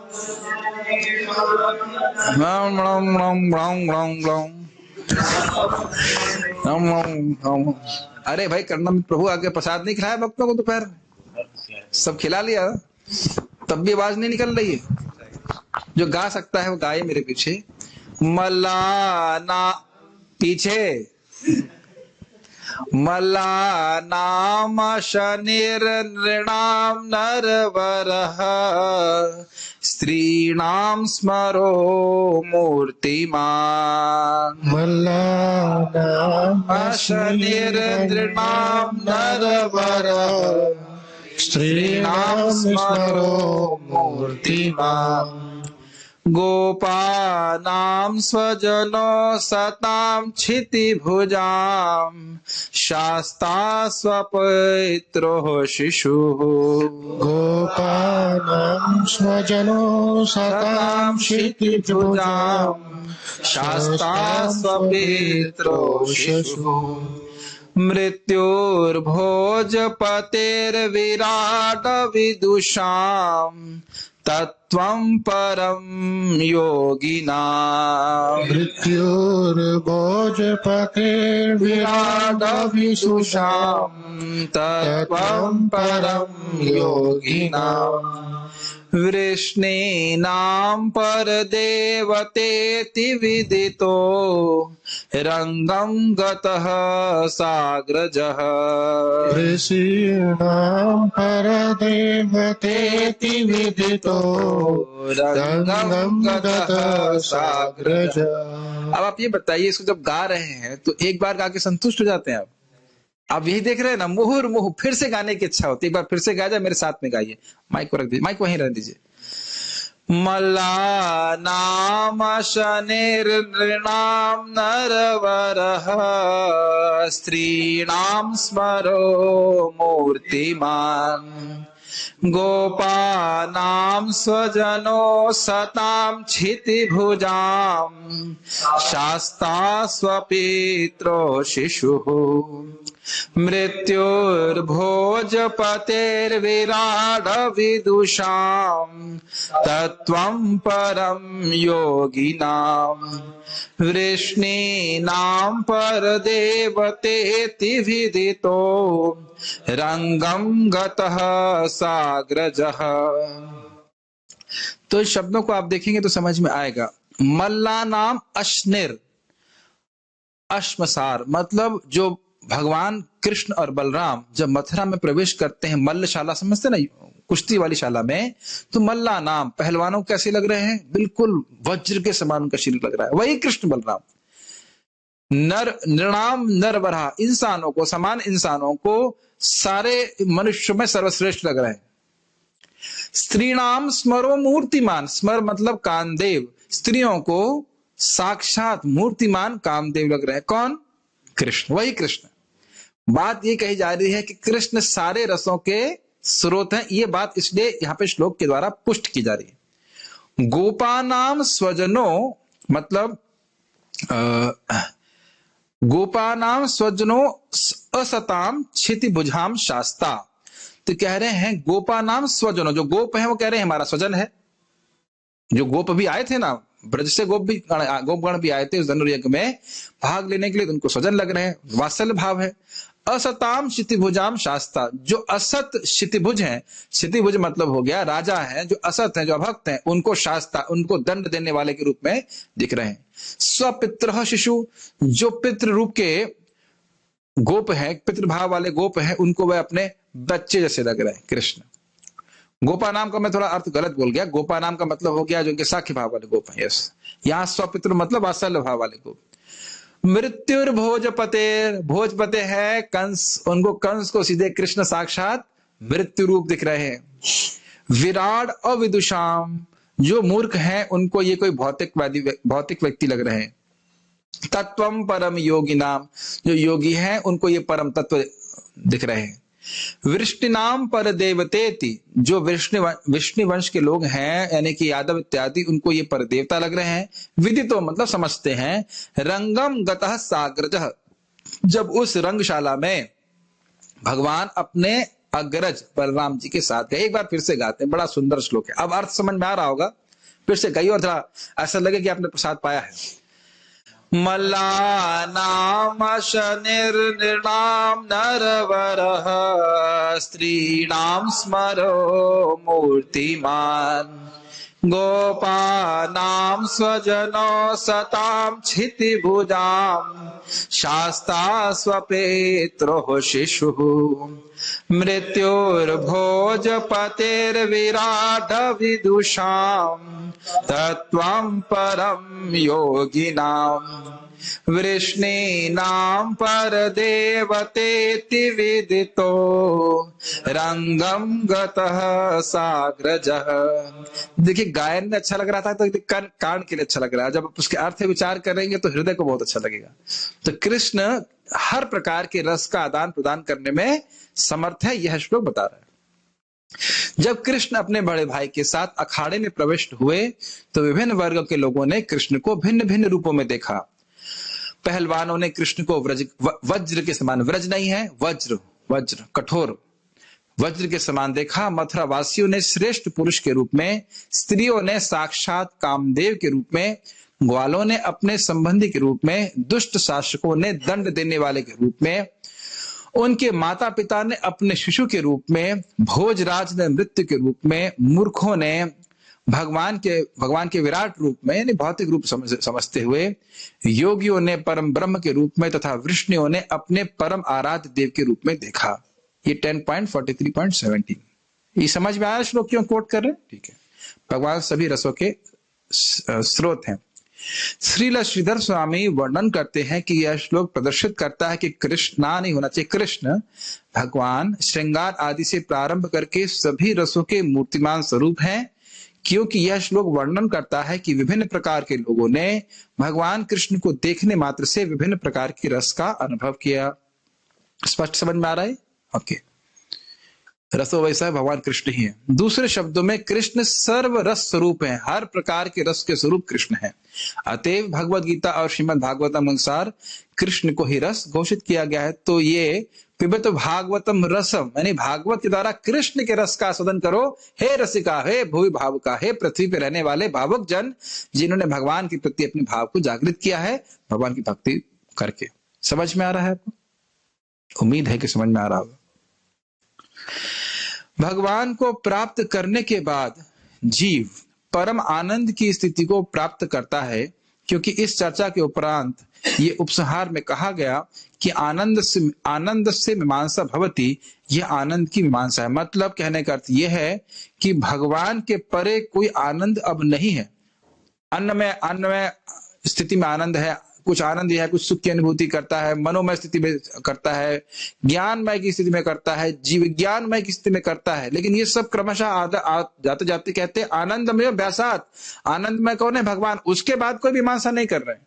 ये नहीं सोचना चाहिए कि भगवान की अनुभूति करने के बाद अब और कुछ अनुभूति रह जाती। यम लब्ध्वा चापरम लाभम मन्यते नाधिकम ततः।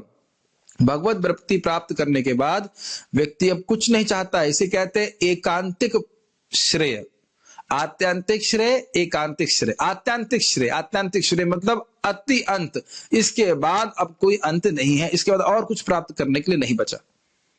इतना सुख जीव को मिलता है भक्ति करके। समझ में आ रहा है? यस। श्रील प्रभुपाद जी बड़ा अच्छा उदाहरण देते हैं, कहते हैं भाई अखरोट का पेड़ बहुत देर में उगता है तो उसके लिए मतलब अखरोट की कोई वैल्यू नहीं है।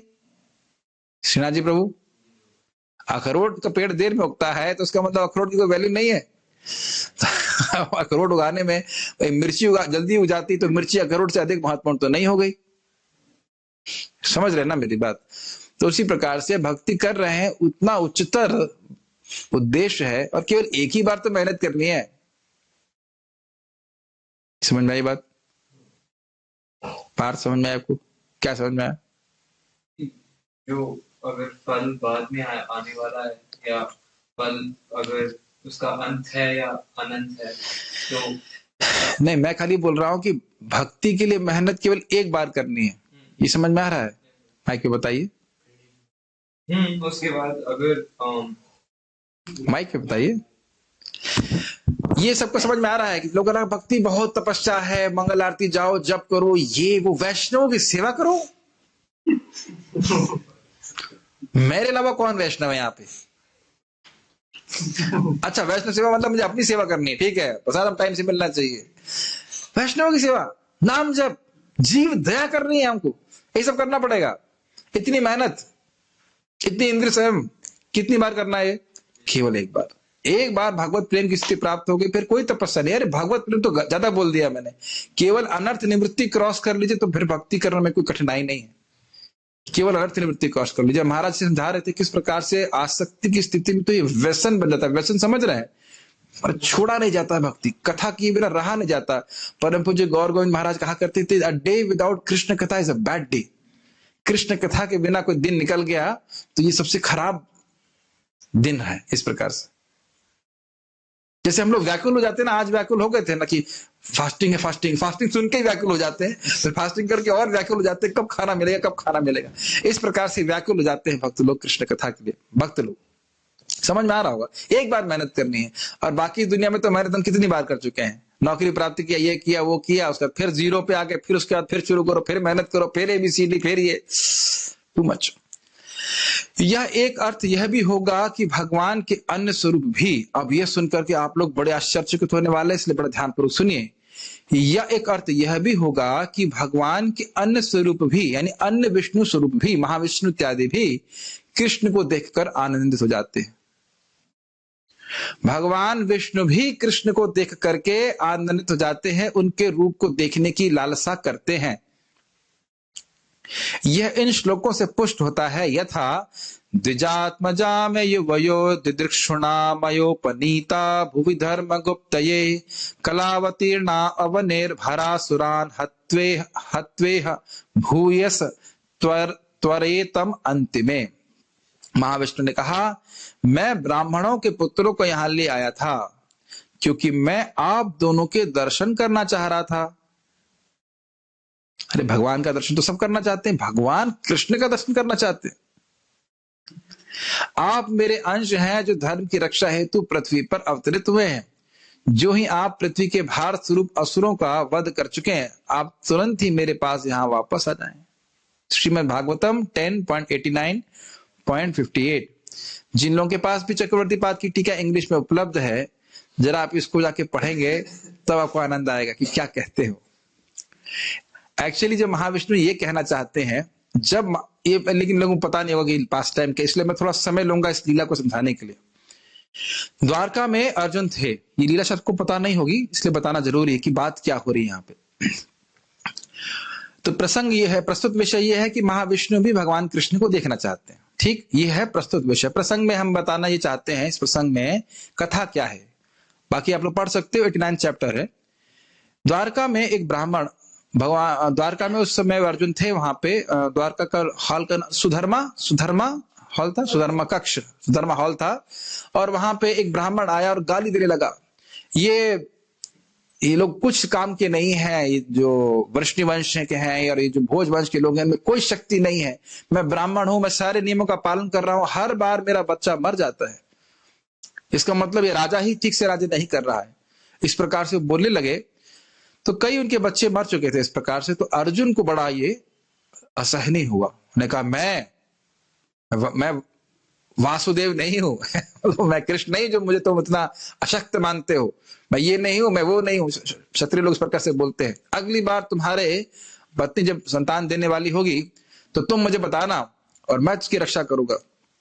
तो फिर ब्राह्मण कहते हैं, अरे जब भगवान नहीं रक्षा कर पाए और अन्य वैष्णव वंश के लोग नहीं रक्षा कर पाए, तुम क्या करोगे? फिर वही बोलते नहीं मैं बहुत शक्तिशाली हूं, ऐसे करके बोलते हैं। ठीक है, तो अगले साल 1 साल के बाद द्वारका में रहे होंगे, जो भी कारण था, जब उस ब्राह्मण की पत्नी जन्म देने वाली थी संतान को, तो अर्जुन को इन्फॉर्म मतलब सूचना दी गई और उनने बाणों का पूरा एक महल बना दिया।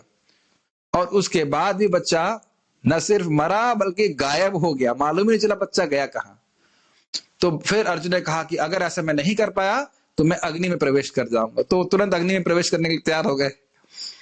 ब्राह्मण तो गाली दिया, अपने अपने वचन की रक्षा नहीं कर पाए। तब कृष्ण कहते हैं, अरे नहीं, तुमको इस प्रकार से अग्नि में प्रवेश करने की जरूरत नहीं है, चलो। फिर भगवान ने जैसे संकल्प किया तो उनका रथ आ जाता है और कृष्ण भगवान और अर्जुन उस रथ पे आरूढ़ होकर के इस ब्रह्मांड के पार जाते हैं। अब जानते हो ना, कारण सागर में सारे जो ब्रह्मांड है वो उसमें तैर रहे हैं। फिर वो है कारण सागर को भेद करके, सारे अंधकार को भेद करके, बड़ा अद्भुत है कि जो ब्रह्मांड है उसकी जो कवरिंग्स है, मतलब जो उसके क्या कहते, कवरिंग्स क्या कहते हैं, आवरण है, वो एकदम उसमें डार्कनेस अंधकार है। तो भगवान के घोड़े जो है जब उसे प्रवेश कर रहे होते हैं तो घबराते हैं, ऐसे खाली लीला के लिए। तो भगवान अपने चक्र को आगे भेजते हैं तो रोशनी होती जाती है, जैसे कार की होता ना फ्रंट लाइट, इस तरह से सुदर्शन चक्र सारा रोशनी क्लियर करता है और भगवान फिर ब्रह्मांड को भेद करके महाविष्णु के पास जाते हैं। तो उसके बाद जब महाविष्णु के पास जाते हैं तो फिर ये महाविष्णु ये बात कहते हैं। तो अर्जुन ये बात बाद में रिफ्लेक्ट करते हुए आचार्य पाद उसको मतलब चक्रवर्ती पाद को समझाते हैं। वहां पे प्रभुपाद जी के बुक में भी है, मतलब जो बीबीटी ने लिखा है उसमें भी उस टीका को रखा गया है। 10.89.62 अगर आप लोगों के पास भागवतम है तो आप उसको पढ़ सकते हैं, 10.89.62। और नहीं है तो आप कृपया मुझसे संपर्क कीजिए, भक्त संपर्क करें, आपके घर पे भागवतम पहुंचा दी जाएगी, फ्री में नहीं ऑब्वियसली। और तो ये बहुत अद्भुत है। जब मैंने एक बार प्रवचन में इंग्लिश में बोला था तो 1-2 भक्त की आंखें चढ़ गई, अरे ये क्या बोल रहे हैं आप, लेकिन वहां बहुत सुंदर बात बोल रहे हैं। अर्जुन विचार कर रहे हैं कि भगवान विष्णु को द्वारका में आने में क्या दिक्कत है, क्या दिक्कत है। द्वारका का, मैं एग्जैक्टली वही बोल रहा जो टीका में लिखा है, द्वारका का पान वाला भी भगवान कृष्ण का दर्शन करता है, तो महाविष्णु को क्या दिक्कत है दर्शन करना। तो यानी इससे समझ में ये आया कि कृष्ण की इच्छा के बिना महाविष्णु भी कृष्ण का दर्शन नहीं कर सकते। मेरी बातें आपको लग रही होंगी बहुत बड़ी बड़ी बातें, आप प्लीज टीका देख लीजिएगा। और उसके बाद वो क्या कह रहे हैं कि ठीक है तो कृष्ण को नहीं देख सकते, तो अब चलो नहीं देख सकते अलग बात है, लेकिन इतने उतावले हो गए जिनको नमो ब्रह्मण्य देवाय कहा जाता है, जो ब्राह्मणों को अत्यंत सुख देने वाले हैं, वो भगवान विष्णु इतने आतुर हो गए कृष्ण का दर्शन करने के लिए कि ब्राह्मण के पुत्र को मारने तक के लिए तैयार हो गए। मारने का मतलब अपहरण कर ली, मारे तो नहीं थे, इतने आतुर हो गए। यहाँ पे कहते ना मैं दिदृक्षुणा मतलब मैं आपको देखना चाह रहा था। ये सब इतनी गोहे बातें कहां प्राप्त होगी श्रवण करने के लिए, बताइए। आप भागवतम है, अभी जाके मेरे रूम पे आप देख लीजिएगा, एकदम स्पष्ट है। 10 पॉइंट, ये पूरा सीरीज पढ़ लीजिएगा। 10 पॉइंट इसमें लिखा है ना, इस प्रकार से गलत तो नहीं बोलना उसमें कुछ, अद्भुत बात है। तो ये भगवान कृष्ण का स्वरूप जो है ये भगवान विष्णु को भी आनंद देने वाला है। और फिर जब अर्जुन इस प्रकार से विचार कर रहे हैं तो बड़े प्रसन्न होते हैं कि कृष्ण मेरे मित्र हैं। ऐसे आप सभी लेके होमवर्क है, आप लोग पढ़ सकते हो। थोड़ी मेहनत आप लोगों को भी करनी होती है, सब कुछ मैं भी वही खाता करूंगा, आप पढ़ेंगे तो समझ में आ जाएगा। ठीक है, समझ में आई बात कि कृष्ण से श्रेष्ठ आनंद कोई नहीं है। अब उसके बाद ये उद्धव जी की उक्ति है, यन्मर्त्य लीलौपैकम स्वयोगम योगा माया बलम दर्शयताग्रहीतम विस्पापनम स्वस्य च सौभगर्धे परम पदम भूषण भूषणांगम।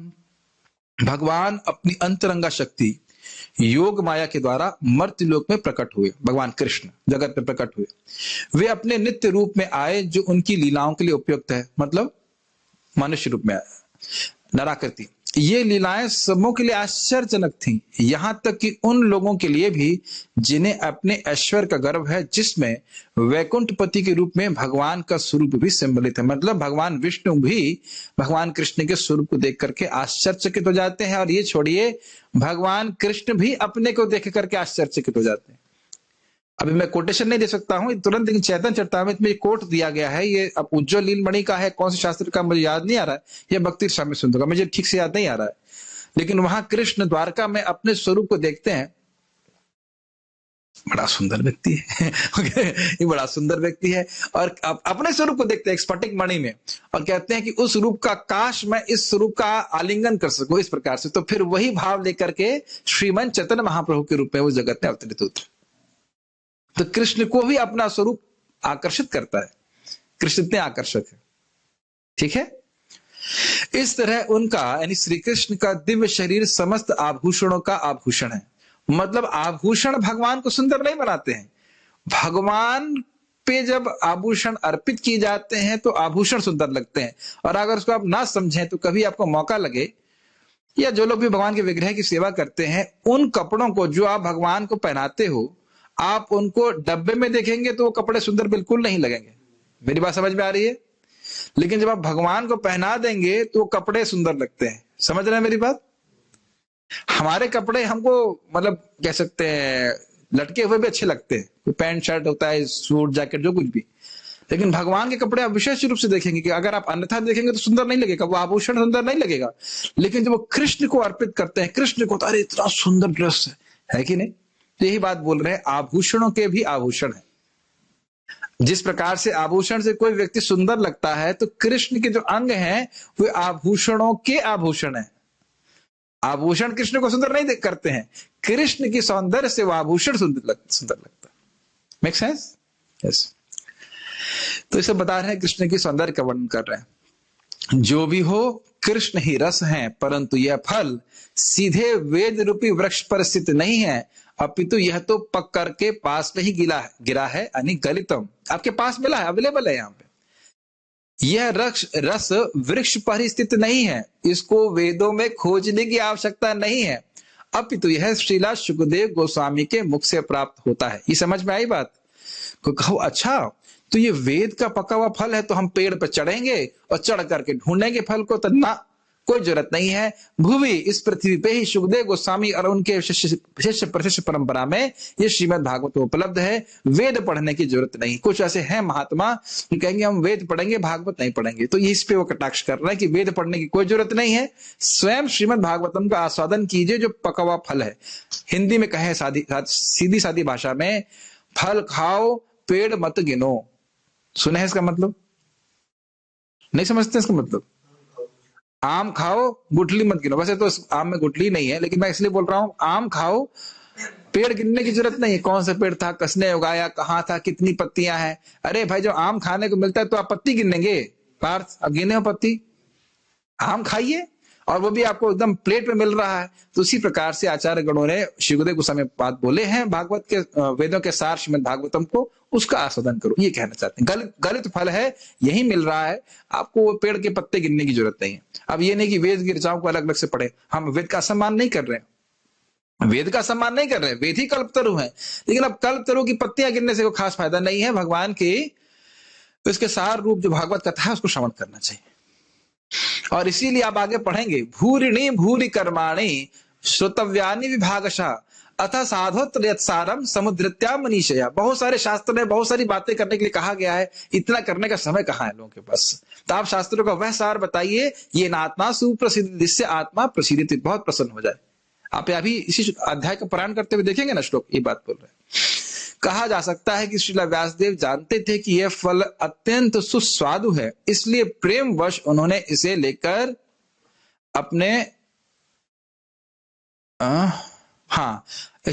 अपने पुत्र श्रीला शुकदेव गोस्वामी के मुख में रखा। ये बात आपको मैं सिखा रहा था, बता रहा था कि शुकदेव गोस्वामी को ही कहा क्यों?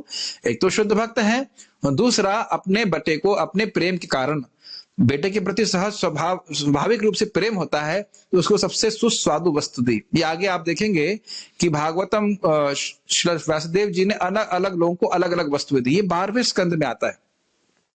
और सुखदेव गोस्वामी को सर्वश्रेष्ठ जानते हुए, सर्वश्रेष्ठ भक्त जानते हुए ने श्रीमद् भागवतम रूपी फल प्रदान किया, सबकी योग्यता के अनुसार सबको दिया। तो यहाँ पे चक्रवर्ती पाद की टीका को हमने पढ़ा, इसके और अर्थ हैं इसमें दिए हैं, लेकिन उसका बोलने का और श्रवण करने का अधिकार एटलीस्ट मेरा नहीं है, इसलिए मैं वहां पे उसको नहीं अनुवाद किया हूं। रागानों का भक्ति के बारे में है, तो उसके बारे में जब आप लोग राग मार्ग में पहुंच जाएंगे तो मुझे बता देना, मैं सुन लूंगा प्रवचन में। अभी तो मैं साधना मार्ग में हूं, तो इसलिए उसको अर्थ हम यहाँ पे प्रकाशित नहीं कर रहे हैं। को पढ़ना है वो इंग्लिश में उसको पढ़ सकते हैं, महाराज जी अनुवादित किए। किसी भक्त को कोई प्रश्न है, पहले मैं जूम के प्रश्न को देख लेता हूं, उसके बाद फिर यहाँ पर पूछ लेता हूं। सनातन गोस्वामी जी ने बृहद भागवतम कैसे लिखा था? मैं बगल में था, मैं डिक्टेट कर रहा था, वो लिख रहे थे। कैसे प्रश्न करते हैं आप? कैसे लिखा था मतलब ये कोई प्रश्न हुआ? कैसे लिखा? वो शुद्ध भक्त हैं, उनके हृदय में लीला स्फुरित हो रही है, उसको लिख रहे हैं। और लिखने का क्या मतलब हुआ? अब कहें कि वर्ड में लिखा था कि पीडीएफ में लिखा, ये क्या? इस प्रश्न का मैं क्या उत्तर दूं? गो बालक कौन है, कृपया डिटेल में बताना। भाई इसके लिए आपको पूरा बृहद भागवत पढ़ना पड़ेगा। गोप कुमार की बात हो रही है, किस प्रकार से इसमें वर्णन है कि इस जगत में व्यक्ति कैसे एक जगत का कंडीशन बद्ध आत्मा और भगवान के धाम गोलोक की प्राप्ति करता है। पूरा शास्त्र पढ़ना पड़ेगा, डिटेल में बताने के लिए तो समय अभी नहीं है हमारे पास। श्रीमद् भागवतम और बृहद भागवत में कोई अंतर है? कोई अंतर नहीं है। इसको जब आप पढ़ेंगे बृहद भागवतम तो समझ में आएगा। ज्ञान योग और भक्ति योग में क्या अंतर है? ज्ञान योग व्यक्ति को आत्मा का अनुभव करा सकता है, लेकिन भक्ति योग सीधे साक्षात भगवान का अनुभव कराता है। भक्ति योग में हम सीधे भगवान की सेवा करते हैं अपनी इंद्रियों से। क्या हम भगवान श्री कृष्ण के गोलोक वृंदावन में डायरेक्ट सेवा कर सकते हैं? प्रभु जी, डायरेक्ट सेवा का मतलब बीच में कोई नहीं रहेगा ना, मैं रहूंगा और कृष्ण रहेंगे, बीच में कोई नहीं, नोबडी इन फ्रंट। यस, देखिए ये तरीका नहीं है। जितना हम दासानुदास रहते हैं उतना ही कृष्ण की साक्षात सेवा का अनुभूति होती है। ये बताइए, हरे कृष्ण मंत्र हमें कहां से मालूम चला? डायरेक्ट हम जब हृदय में बैठे हुए थे, तेने ब्रह्म जिन्होंने ये हरे कृष्ण मंत्र शुभ कृष्ण दास के हृदय में प्रकट कराया। ऐसा तो नहीं शुभ कृष्ण दास जी को तुरंत ही बस पैदा हुए और हरे कृष्ण मंत्र गाने लगे, ऐसा तो होता नहीं है। कोई हो रहा है यहाँ पे? बताइए, कोई व्यक्ति यहाँ बैठा है जो मतलब पैदा होते हरे कृष्ण करने लग जाए? कोई कहा है? कोई इस प्रकार से कोई है? इस प्रकार का कोई व्यक्ति नहीं है ना। तो इतना हम धृष्ट, बुरा मत मानने, मैं थोड़ा डांट रहा हूं, इतना धृष्टता न रखें कि हम परंपरा छोड़कर कृष्ण की सेवा करेंगे, कभी नहीं। दासानुदासो भवितास्मि भूया, भगवान के दास के दास के दास के रूप में जब सेवा करते हैं तो वो सीधी ही सेवा है। समझे मेरी बात? क्या आप लोगों को हरे कृष्ण मंत्र बोलने में कोई तकलीफ है? तो हरे कृष्ण मंत्र परंपरा से प्राप्त हुआ कि नहीं हुआ? क्या सीधा अनुभव नहीं हो रहा है आपको कृष्ण का? नहीं हो रहा है, सीधा हो रहा है। हरे कृष्ण पा रहे हैं कि नहीं पा रहे? तो इसलिए ये सोचना नहीं चाहिए कि बाईपास करके मैं करूं। कभी नहीं सोचना चाहिए, कभी भी नहीं सोचना चाहिए कि मैं भगवान के सेवकों को बाईपास करके भगवान की सेवा करूंगा। कभी सोचना ही नहीं चाहिए, कभी एस्पिरेशन होने ही नहीं चाहिए। हम भगवान के भक्तों की सेवा के माध्यम से कृष्ण की सीधी सेवा कर रहे हैं। जब आप कृष्ण को भोग लगाते हैं तो भगवान गुरुवर्ग के उनको ही समर्पित करते हैं। कितना भाग्य है कि उनके द्वारा श्रीमती राधा रानी के हाथ में हमारा तुच्छ भेंट जाती है, जिसे खाना बनाना भी नहीं आता हमको, फूल हमारे सड़े हुए हैं केमिकल वाले, लेकिन वह भी कृष्ण की परंपरा के द्वारा सीधी ही सेवा है। भाई साहब, हमारे सेवा क्या अधिकार है कृष्ण की सेवा करने का? कभी नहीं सोचना चाहिए। क्षमा कीजिएगा मैं थोड़ा कठोर बोल रहा हूं, लेकिन कभी नहीं सोचना चाहिए इस प्रकार से। थोड़ी बातें हमें कठोर में बोलनी पड़ती है बात ड्राइव करने के लिए। We are servants of the servant of Krishna, ये हाईएस्ट पोजीशन है। वैसे इसको अगर हम पॉजिटिव नोट पे बोलें, एक टेलीस्कोप, ये बहुत अच्छा उदाहरण भक्त लोग देते हैं। टेलीस्कोप से बहुत दूर की वस्तु पास में दिखती है, और इसमें जितने बीच में लेंस होते हैं उतनी और दूर की वस्तु और पास में दिखती है। तो जितना हम दासानुदास हैं उतना कृष्ण की और पास है। तो कविता हो गया है कि नहीं? जितना दासानुदास है उतना कृष्ण के और पास।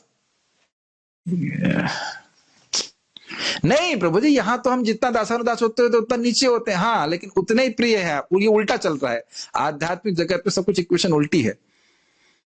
तो इसलिए डायरेक्ट सेवा ही प्राप्त है। ठीक है, मेरे पास श्रीमद् भागवतम का शॉर्टकट पीडीएफ है बंगाली लैंग्वेज में, मायापुर से मिला है। आपको सेंड करूं? मैं क्या करूंगा बंगाली में? बंगाली मेरे को नहीं, ऐसे कैसे प्रश्न करते? बंगाली मेरे को नहीं आती। अमी बंगाली बोलते पारी, मैं पढ़ते पारी ना। ठीक है, why lord Vishnu said lord Krishna as my अंशा। मुझे पता था ये प्रश्न आएगा। ये अच्छा प्रश्न किसने किया है? Milind, very nice. देखिए, ये आप टीका में पढ़ेंगे तो वहां शब्दों का अर्थ अलग है वहां पे महाविष्णु ये कहना चाहते हैं कि मैं आपका अंश हूं। भले अनुवाद में लिखा है इस प्रकार से, सीधा अर्थ है कि आप मेरे अंश बोल रहे हैं, लेकिन आचार्यगण एकदम स्पष्ट रूप से बताते हैं कि भगवान विष्णु ये कहना चाहते थे कि मैं आपका अंश हूं।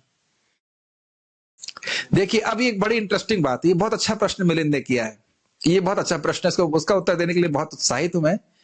कृष्णस्तु भगवान स्वयं 1.3.28, इसकी व्याख्या काफी लंबी होगी जब वहां पे करेंगे, लेकिन इसको परिभाषा सूत्र कहा गया है। जैसे दीपक एक स्थान पे होता है और पूरे घर को आलोकित करता है, पूरे रूम को आलोकित करता है, समझ रहे हैं? तो पूरे संपूर्ण श्रीमद् भागवतम में किसी भी श्लोक को इस दीप रूपी श्लोक के ये आलोक में ही हमें समझना होगा। यानी कि कहीं पे अगर ये आपको आभास हो रहा है कि भगवान विष्णु के अंश कृष्ण हैं, तो वैसे ना देख करके हमको समझना ये होगा कि विष्णु कृष्ण के अंश हैं। जो लोग इस लेक्चर को पहले सुन चुके हैं वो मेरी बात आसानी से समझ पा रहे होंगे। कृष्णस्तु भगवान स्वयं एता चांस कला पुंसः, कृष्णस्तु भगवान स्वयं। अवतारों का वर्णन करके सूत गोस्वामी कहते हैं, और ये आप चैतन्य चरितामृत में पढ़ोगे कि सूत गोस्वामी को भय हो गया कि कहीं ऐसा तो नहीं है कि मैंने अवतारों का वर्णन किया भगवान विष्णु के अवतारों का और इसमें कृष्ण का अवतार बोल दिया, तो कहीं यह ना सोचने लग जाए कि जो अवतारी हैं कृष्ण है वह अवतार हैं। जो अभी यहाँ पे इस प्रकार की प्रश्न आ रहा है, लेकिन प्रश्न बहुत अच्छा किया गया है। जब अच्छा प्रश्न करते हो तो सराहना करूंगा, जब अच्छा प्रश्न नहीं करोगे तो डांट भी लगाऊंगा, ठीक है, यह अधिकार हमारे पास रहता है। बहुत अच्छा प्रश्न है।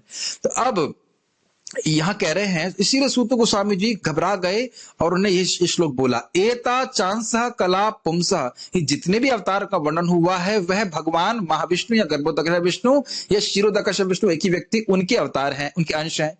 लेकिन कृष्णस्तु भगवान स्वयं, लेकिन कृष्ण तो स्वयं भगवान है, उनकी भगवत्ता किसी पे आश्रित नहीं होती। मेरी बात आप समझ रहे हो? बहुत सूक्ष्म बात है। तो इसलिए यह श्लोक श्रील विश्वनाथ चक्रवर्ती ठाकुर जी कहते हैं, यह भागवतम का क्या सूत्र है? परिभाषा सूत्र। ये एक स्थान पे है, इसको बार बार भागवत में नहीं बोला गया है, लेकिन एक स्थान पे रहते हुए भी ये पूरे भागवत को प्रकाश देता है। और श्रील प्रभुपाद जी जितने भी इस प्रकार के अपने अनुवाद दे रहे हैं वह इसी श्लोक के आधार पर देते हैं। उसको वहां पे हम लोग बहुत डिटेल में चर्चा करेंगे। तो इसलिए जब भी कोई ऐसा अनुभूति या आभास लगे कि ये बोला जा रहा है कि कृष्ण जो है विष्णु के अंश है, तो वो बात हमको वैसे समझनी चाहिए कि विष्णु कृष्ण के अंश। समझ रहे हैं मेरी बात? ये बहुत अच्छा प्रश्न था, इसके लिए बहुत बहुत धन्यवाद। हाँ, किसी ने पेस्ट कर दिया पूरा, तो आप पढ़ सकते हैं पे। ओके, अब ये राहुल प्रो का क्या प्रश्न है, मैं थोड़ा समझ नहीं पा रहा हूँ कि वो टीका मैंने वहां पे देखी नहीं। यहाँ पे किसी भक्त का कोई प्रश्न है? वैकुंठ में भागवत होती है क्या? आपने टीका में पढ़ा ना कि वैकुंठ से भागवतम प्राप्त हुआ, तो उसमें कुछ दिक्कत नहीं। कथा गानम नाट्यम, कृष्ण कथा है। जो लीला आप पढ़ रहे हो वो लीला वहां हो रही है। Make sense? कृष्ण कथा तो वहां नित्य ही होती है कि नहीं भाई? भागवतम क्या है? कृष्ण कथा ही तो है ना। कृष्ण जा रहे हैं, गोवर्धन लीला कर रहे हैं, जो भी अन्य लीलाएं कर रहे हैं, तो नित्य हो ही रही। क्या कह रहे हैं?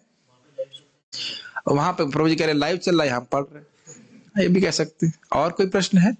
हाँ प्रभु, एक माइक पे पूछ सकते हैं। आपने कहा कि भगवत गीता, और माइक पे बोलेंगे सब लोग सुन पाएंगे। आपने कहा कि भागवतम कृष्णा का एक रूप है। हाँ, वांग्मय रूप, यानी कि लिटरेरी रूप, बुक फॉर्म, लिटरेरी रूप। लेकिन भगवत गीता भी कृष्ण, यस, भगवत गीता भी भगवान का स्वरूप है। तो दोनों रूप है भाई। भगवान का प्रसाद भी भगवान का स्वरूप है, भगवान का विग्रह भी भगवान का स्वरूप है, भगवान के भक्ति भी भगवान का स्वरूप है, कोई दिक्कत नहीं। और आपने कहा कि एक बार ये माइक पे बोलिए। आपने कहा कि एक बार कृष्ण प्रेम प्राप्त हो जाए, हाँ, तो उसके बाद और कुछ नहीं करना। और कुछ नहीं करना मतलब और कोई तपस्या करने की जरूरत नहीं है। हाँ जी, हाँ जी। तो लेकिन बहुत मतलब कभी कभी होता है कि डिवोटीज बहुत एडवांस होके भी गिर जाते हैं, या प्रभुपाद के टाइम पे जब उनकी डिसअपीयरेंस हुई तो बहुत लोग की भक्ति डिस्टर्ब होगी। तो आफ्टर डेवलपिंग कृष्णा प्रेम भी, ये दो बातें आप बोल रहे हैं कि प्रभुपाद जी के तिरुभाव के बाद कुछ लोग भक्ति से गिर गए, और एक आप बात बोल रहे हो कि भगवत प्रेम प्राप्त करने के बाद तो गिरता नहीं, तो आप ये कैसे कह रहे हैं कि प्रभुपाद जी जब का तिरोभाव हुआ तो सबको कृष्ण प्रेम प्राप्त हो गया था? सिद्धांत ये है कि जिसको कृष्ण प्रेम प्राप्त हो गया वो गिरता नहीं है। उन्होंने डेफिनेटली उन्होंने प्रगति करी, हम उसमें कोई डाउट नहीं कर रहे हैं, लेकिन जिसको कृष्ण प्रेम प्राप्त हो वो छोड़ेगा क्यों? अरे कृष्ण प्रेम तो बहुत आगे की बात है, निष्ठा आप अनर्थ निवृत्ति क्रॉस कर लीजिए, फिर देखिए, फिर पढ़ाई नहीं कर पाएंगे आप, बहुत दिक्कत होगी, पढ़ाई करना बहुत मुश्किल। ऑलरेडी 2-4 लोगों का बोला आ रहा, एक माता जी बोलनी, प्रभु जी आप लड़कों को बोलते हो ज्वाइन करने के लिए, मैं दुखी हो रही हूँ, मैं लड़की क्यों हो गई, अगर लड़का होती तो मैं तुरंत ज्वाइन कर लेती। हमने कहा कोई बात नहीं, आप ऑनलाइन ज्वाइन कीजिए। ठीक है, ऑनलाइन ज्वाइन कीजिए। तो इस प्रकार से भक्त लोग अपने आप व्यक्ति का अनुभव करते, क्या ये पढ़ना पड़ रहा है, फिजिक्स केमिस्ट्री बायोलॉजी, बहुत दिक्कत है। तो अनर्थ निवृत्ति क्रॉस करेंगे, जगत की कोई वस्तु अच्छी नहीं लगेगी। निष्ठा में इतना आनंद होता है, भक्ति में सुख इतना मिलता है कि छोड़ नहीं सकता है। तो जो लोग इस प्रकार से उन्नत नहीं हो पाए वही त्यागे, नहीं तो कोई त्यागने का मतलब नहीं। प्रभुपाद जी खुद ही बोले थे, प्रभुपाद जी की तिरोभाव की बात छोड़िए, प्रभुपाद जी के सामने भी बहुत लोग भक्ति छोड़ दिए थे, ऐसा नहीं है। और प्रभुपाद बोले भी, don't be surprised who leaves, be surprised who stays. अरे अभी भी आप भक्ति कर रहे हैं। इसमें आश्चर्यचकित होना चाहिए। ठीक है, और कोई प्रश्न है किसी आपको? मैंने ओके, यहाँ कोई भक्त का प्रश्न है? हाँ, कह रहे हैं कि भगवान महाविष्णु भगवान श्री कृष्ण को क्यों चाहते हैं कि लोक में आए? देख, सिंपल, अच्छी वस्तु हर व्यक्ति देखना चाहता है ना, मुंह बार बार देखना चाहते हैं, तो भगवान विष्णु कृष्ण को देखना चाहते हैं। भगवान के ने इतने अंश अवतार लिए पशु रूप में, फिर जो भी पशु योनियों में हैं वो शूद्र में क्यों उनको शूद्र में क्यों गिना जाता है? मैं प्रश्न नहीं समझ पाया, हिंदी नहीं समझ पा रहा थोड़ा सा। ठीक है, तो हम लोग अभी यहाँ रुकेंगे, अभी हम लोग पारायण करेंगे, उसके बाद फिर आगे बढ़ते हैं।